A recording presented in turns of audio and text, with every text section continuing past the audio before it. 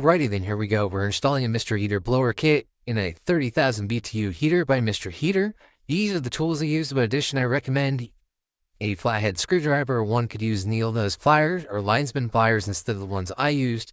Inside the box, there are 6 screws. The blower, mine came with the auto sensor wiring harness, all reattached to the fan. First, remove the knockout. The fan located on the back of the heating unit. This plate pushes in pretty easy, but you're going to want to pry out one corner so you can wiggle it back and forth and break it loose.